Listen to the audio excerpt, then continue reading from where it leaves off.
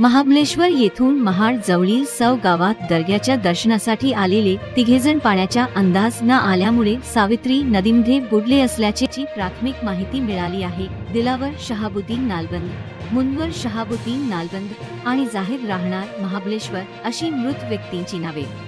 एक जण बुडाला असताना दोघे जण वाचवण्यासाठी गेले असता पाण्याचा अंदाज न आल्याने तिघेजण पाण्यात बुडाले असल्याची माहिती मिळत आहे।